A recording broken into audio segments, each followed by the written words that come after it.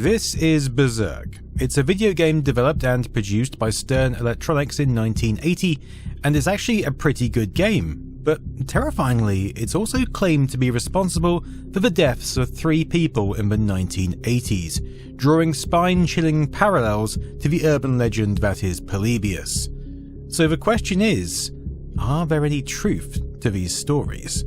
Was Berzerk actually the real Polybius? Thank you to SqSp for sponsoring. As a University of Chicago lab student in the early 70s, Alan McNeil started to detest these new computers appearing around him. I thought the computer was the worst piece of machinery I ever dealt with. I kept writing a program over and over again that was supposed to average 25 test scores, and the computer kept rejecting it. It took hours, days to get it to do something that I could have done in a few minutes, even without a calculator. This was the mind of the genius who within the next decade would write Berzerk for Stern Electronics.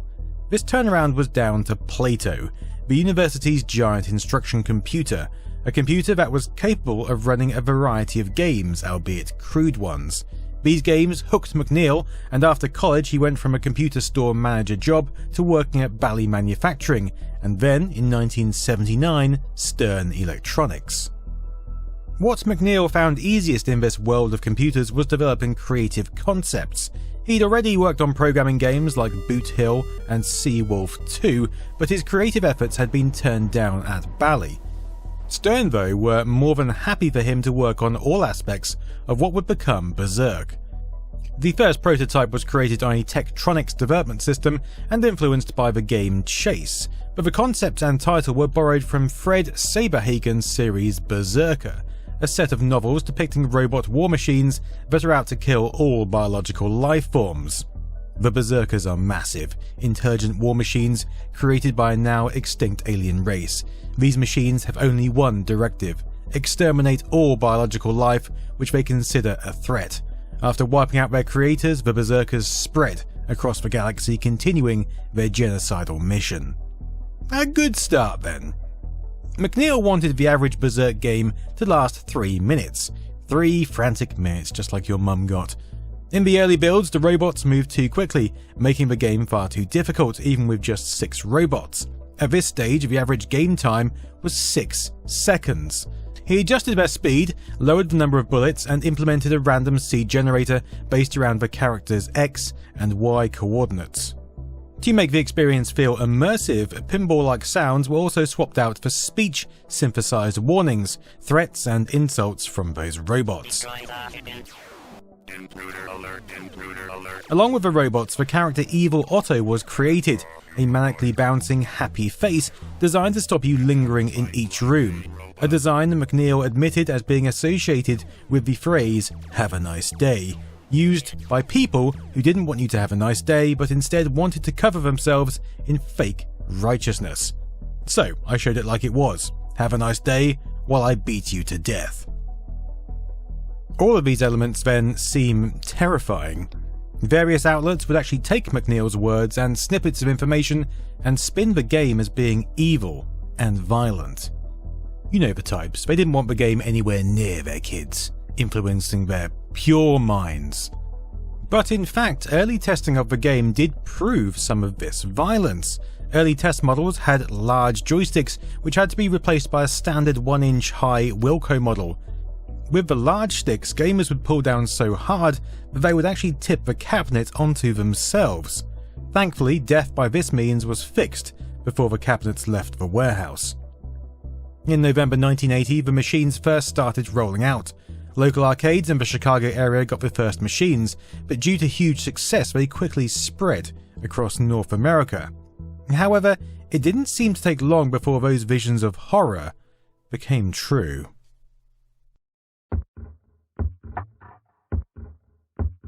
There are various stories which have made their way through forums throughout the years, each with varying detail, but all with Berzerk as the common defining element. The first death was that of Jeff Dailey, a 19-year-old from Suffolk City, Virginia. Dailey was a fan of video games, a big fan, and on the 12th of January 1981 had ventured down to his local arcades specifically to play Berzerk. something he did on a regular basis. On this occasion, he was reported to play the game for hours, racking up several high scores, his highest being 16,660. It was during his next playthrough, however, that fate struck. He suffered a massive heart attack and died at the scene, with medical workers unable to revive him. Details are sketchy, but the story was reportedly first mentioned in an independent gaming magazine called Video Ace in 1982, and in various other publications thereafter. Particular attention was paid to the fact that his high scores contained the numbers 666, the sign of the devil. Local news sources also back up the fact that Jeff Dailey did in fact die in that area during that year.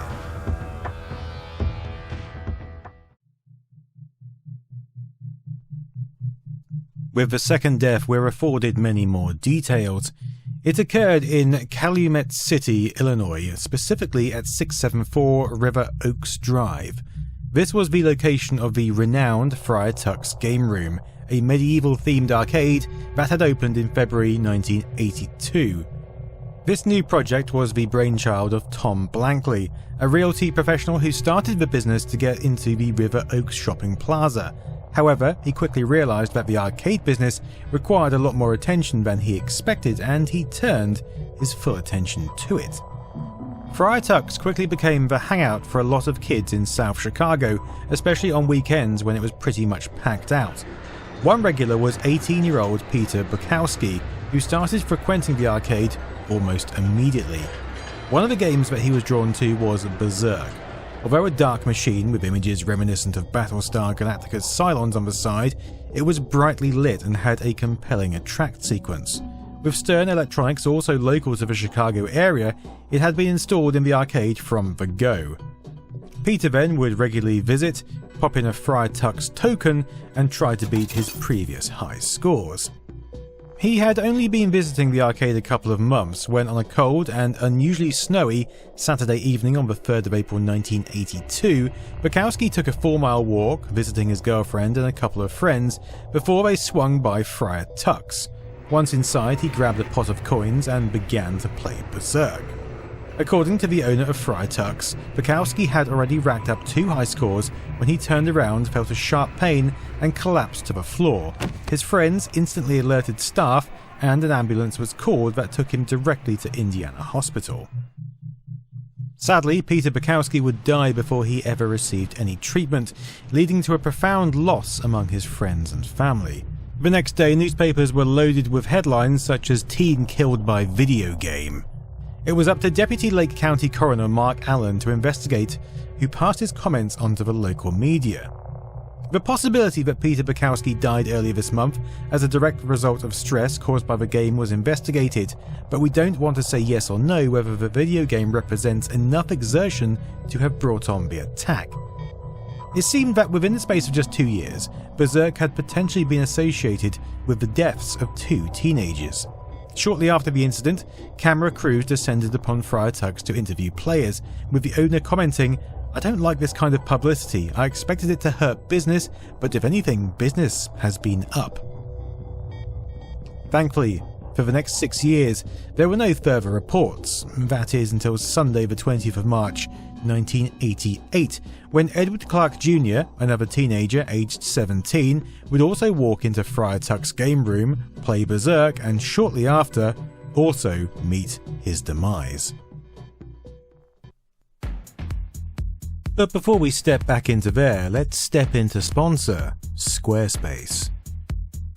SqSp not only allows you to set up a site in minutes using an array of templates or its Blueprint AI tools, but it also takes care of a wealth of usually time-consuming components. This includes handling search engine optimization and helping ensure your site ranks for the keywords that matter to you. Creating your content is one thing, but having it formatted and presented in a way that's pleasing for both visitors and search engines is something else. Once you're live, the comprehensive analytics suite gives you insights to tweak and build upon your pages where necessary. Head to squarespace.com to get started, then squarespace.com/nostalgianerd to get 10% off a website or domain. Now, the reports for this incident seem to differ. They've been clouded by time, but the story goes like this. It was a warm Monday night, unusually so, and Clark found himself at the River Oaks Plaza. He often did this with groups of friends and would also sometimes find himself in trouble with the local authorities, but nothing major. He'd recently been selected to enlist in the Army Reserve's Green Beret with support from his mother, who had hoped her son would find something to put his energy into. Upon entering Friar Tuck's, Edward played a few games, one of which was reportedly Battlezone, before heading over to Berzerk. On this occasion it seemed that someone had left a few coins on the machine, and so Clark popped one into the game and started playing. As he was doing this, 16-year-old Pedro Roberts approached him, clearly wound up, and claimed that the coins were his. Tom Blankley, the owner, would later report, "I'm not sure what happened between them prior, if there had been some bad blood for a while or what. I remember someone saying Clark had stolen Roberts' girlfriend, or something." Whatever the underlying problem was, Roberts first attacked the group before reportedly pulling a knife and threatening Clark and his friends. Tom Blankley went on, "Whatever it was, it got out of hand pretty quickly, and they beat each other up pretty good before arcade security kicked them out." And here's where it gets even more murky. We don't know how much violence was escalated inside the arcade, but arcade staff kicked Roberts out, Roberts left, turned right and headed up past the open-air car park next to the arcade. After 10 minutes, staff asked Clark and his friends to leave as well, but told them to walk in the opposite direction. But this didn't happen. The group proceeded to walk in the same direction, past the car park and a small alleyway nearby where Roberts had been waiting. He ran out and immediately stabbed Clark in the chest with that knife. At first, Clark thought he was okay and refused for an ambulance to be called, but he quickly collapsed and was bundled into the back of a friend's car and driven at high speed to a monster clinic where he was pronounced dead upon arrival. It's a tragic and unfortunate tale, again seemingly linked by the Berzerk arcade cabinet tucked into the corner of Friar Tuck's game room. Was this machine cursed, if you believe in such a thing, or did Berzerk just induce some kind of effect that led to bad things happening? Well, let's dig a little deeper.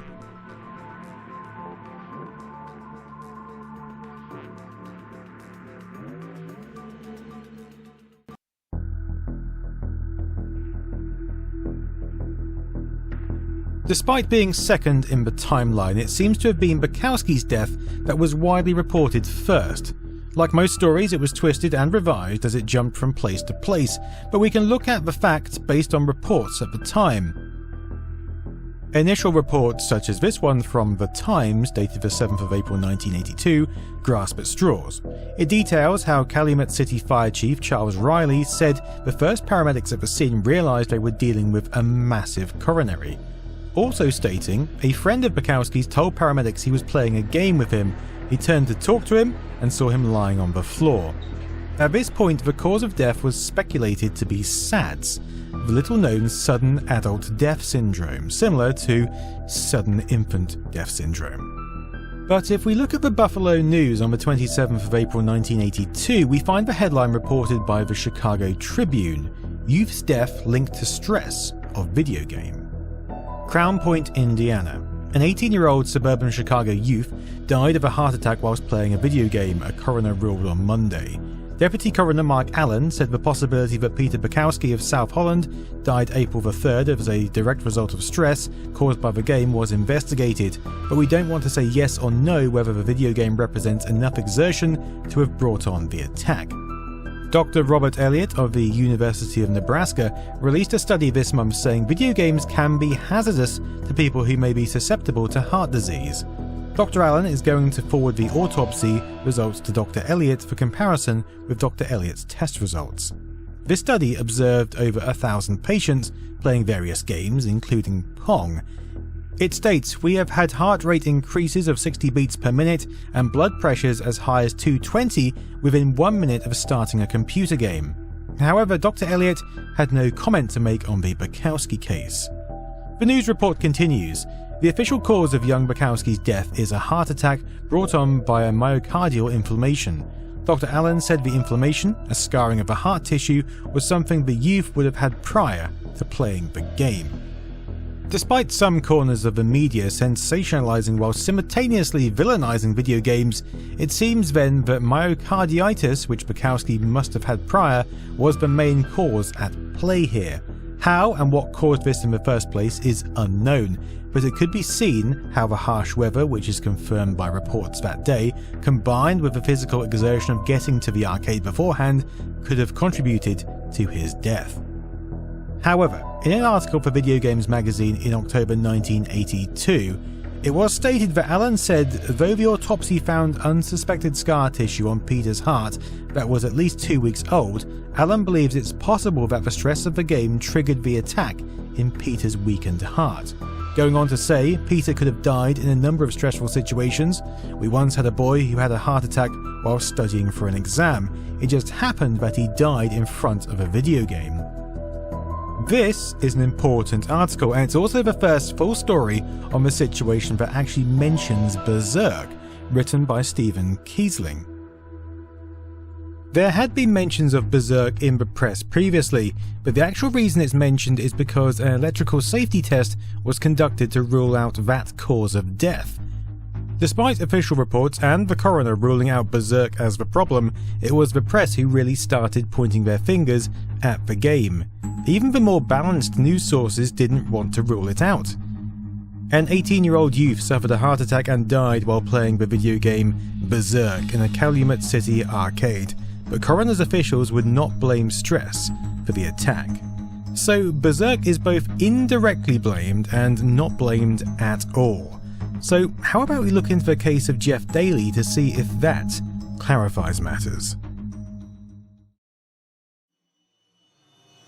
According to various websites, including the wonderfully named retrobitch.com, which seems to have dug pretty deep back in 2015, it was that little-known independent magazine called Video Ace which first published the story.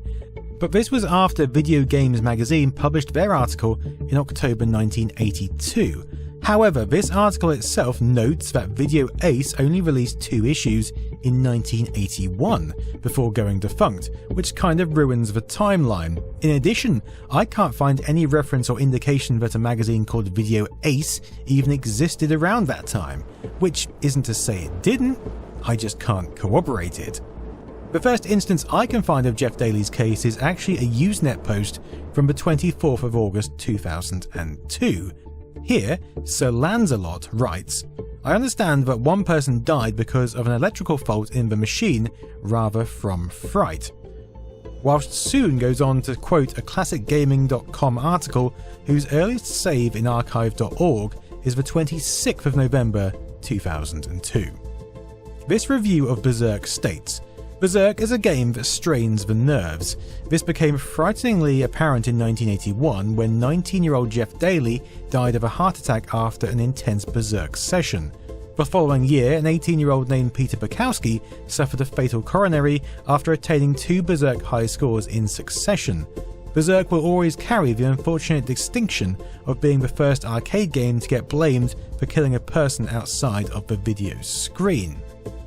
From there, more instances of the story would appear, but they're all incredibly limited in their details. For example, the May 2003 issue of PlayStation Magazine had a segment on being hardcore, because that was a thing back then, but at the top is a little note on being deadcore. In 1981, 19-year-old Jeff Dailey died of a heart attack after an intense Berzerk arcade session. How hardcore is that? The main sentence is almost a word-for-word copy of that from classicgaming.com. Hyper Magazine from October of the same year also mentions the story in its top 10 influential arcade games.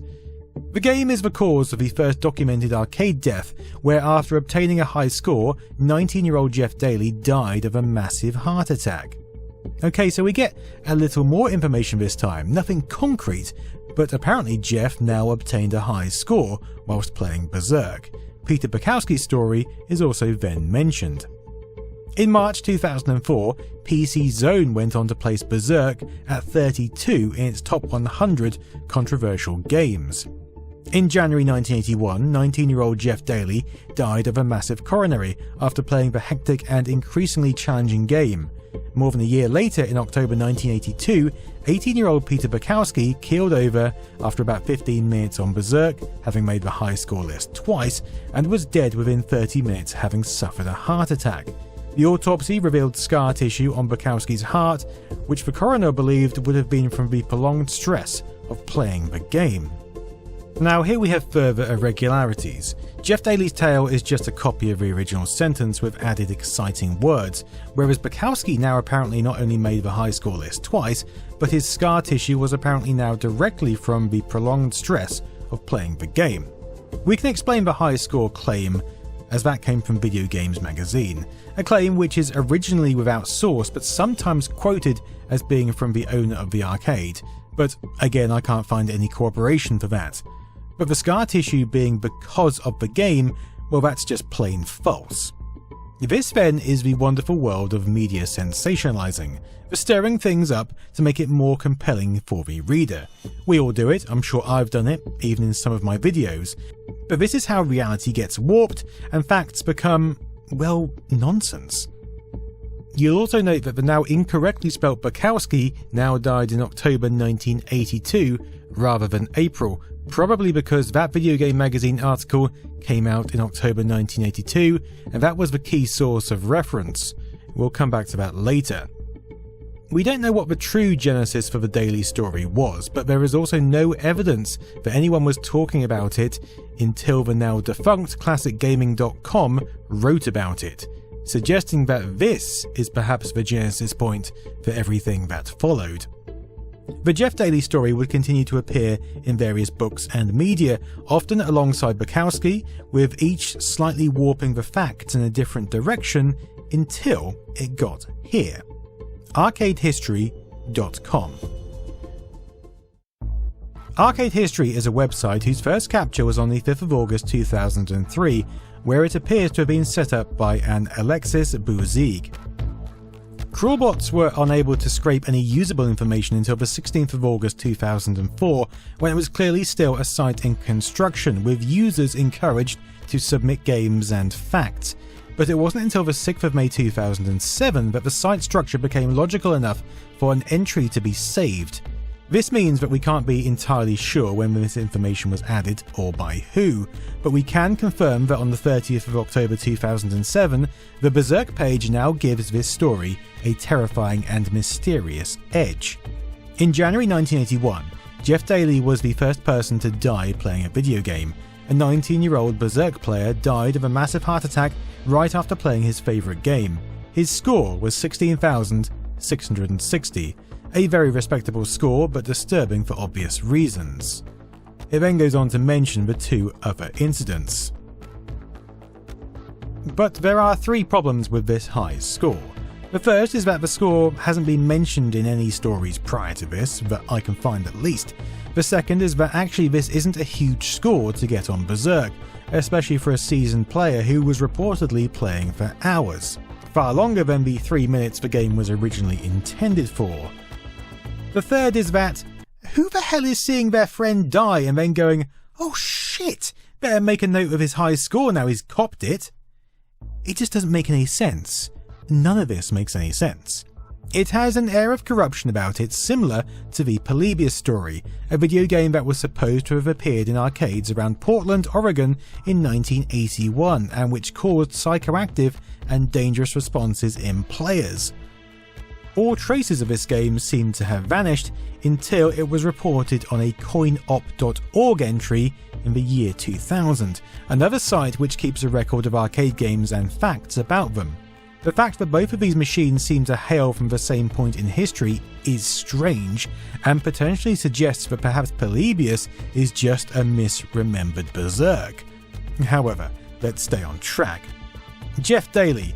Now, there is one component of this story which is valid. There was a Jeff Dailey living in Virginia in 1981. He was 19 and he did die. The problem is, he didn't die from playing Berzerk. This is the late Jeffrey Allen Dailey of 353 Benton Road, Suffolk, as reported in the Sunday edition of the Suffolk News Herald on the 31st of May 1981. Dailey was a member of the Suffolk Christian Church and he worked for the Norfolk and Western Railway. He died on Friday the 29th of May during an automobile collision on the Route 58 bypass. The incident involving two other men occurred at 1:10 a.m. with Dailey succumbing to his injuries at 11:20 a.m. This is the only instance I can find of Jeff Dailey dying during that year, and although tragic, has nothing to do with Berzerk or a stress-related heart attack. It seems then that this story was fabricated, probably in a bid to bolster the Bukowski story and make Berzerk seem like a dark, dark game. 1 story is nothing, 2 is exciting, and then 3, goodness me. Which leads us to Edward Clark Jr., which is a very different story. It doesn't involve a video game-induced death at all, unless you believe that there's some kind of curse related to that arcade machine, specifically the one in Friar Tuck's game room. By itself, it's meaningless, but when tied to 2 other mysterious deaths, then it becomes far more absorbing. A report in the Times from 2 days after the incident corroborates that the initial incident took place in the arcade at 6:30 p.m, with an employee breaking up the fight. However, this time Thomas Blankley says, "From what I've been told, Clark started the fight." So he was actually asked to leave first, with Pedro Roberts leaving after the car park was clear. Then Pedro proceeded to approach Clark and stab him in the chest. That's the opposite way around to initial reports and most stories which have been written since. What is clear, however, is that there's no mention of Berzerk in this article at all. Of course, why would there be? No one is going to care what machines these kids were playing just before one of them was murdered. That would be incredibly anecdotal, unless the story about the fight over the coins was true. In fact, any reliable story you look at for this incident, any news article, has no mention of Berzerk. The only thing that ties it to Berzerk is that it occurred in or outside Friar Tuck's game room, the place where Bukowski died. We can even peek a little into the trial that took place some 2 years later.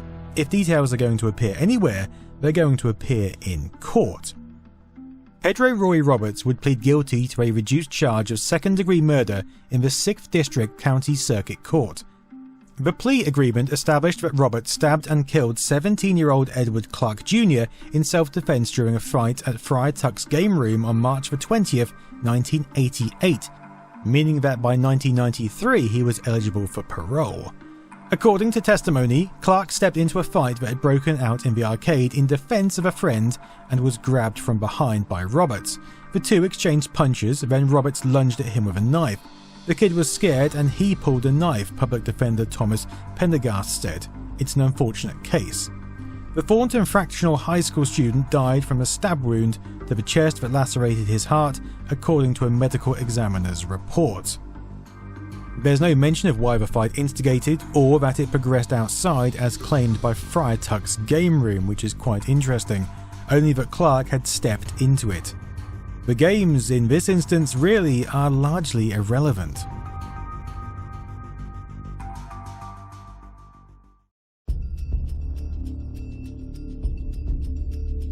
Which means really we only have one single case that involves Berzerk directly, something that the creator of the game himself mentioned in a Retro Gamer interview from February 2008. The unfortunate fellow was obese and had run upstairs to play the game, Alan explains. The legend is he set a high score and died, but the owner of the arcade said he didn't finish the game. He was out of breath from the moment he arrived until he dropped. The legend is way better than reality, the excitement of playing a game killing a player after getting a high score. It seems that McNeil had probably assumed the lad was obese, despite there being no reference to this. What there is reference to in some articles is walking up steps, but it's an example, not a factor. But like most of these tales, it's easy for things to become twisted, altered, and indeed elaborated upon until they seem like a completely different story. Just like McNeil's original words were by the original press. And so, this is why documenting the truth is so damn important. News travels fast, and where it travels it tends to get warped, it tends to get sensationalized, and where it does it even picks up new details and factoids which simply aren't true. If the base material is already on shaky ground to begin with, or the writer of an article has a particular bias or invested interest in a particular angle, in this case games, which a lot of people have wanted to criminalize and outlaw over the years, then what started as a tragic story of a kid dying quickly turns into a focus about something else entirely. In this case, arcade games, and specifically Berzerk. Which, it does sell more papers and generate a lot more interest than a simple heart attack. And in either way, that makes this process a lot darker than Berzerk ever could be, even with Evil Otto.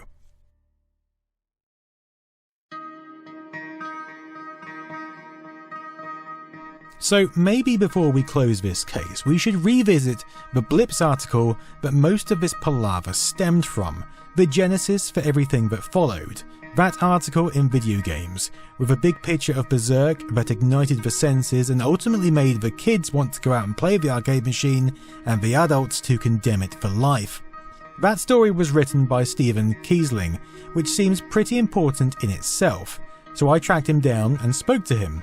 I really just wanted to get the lowdown on how this story came to be, but what I learned was actually a lot more interesting. It turns out that Kiesling was actually a journalist specializing in health. In fact, he had just helped launch American Health magazine, and the article "Will Video Games Hurt Your Heart?" was a cover story. Remember that study by Dr. Robert Elliott that was mentioned earlier? Well, yes, he was the guy who actually reported on that, just a few weeks before Bukowski died, which is probably the strangest thing about all of this. The article looks at Elliott's work on so-called hot reactor and cold reactors out of the study set. Cold reactors don't tend to have any adverse reaction when playing video games. However, hot reactors absolutely do.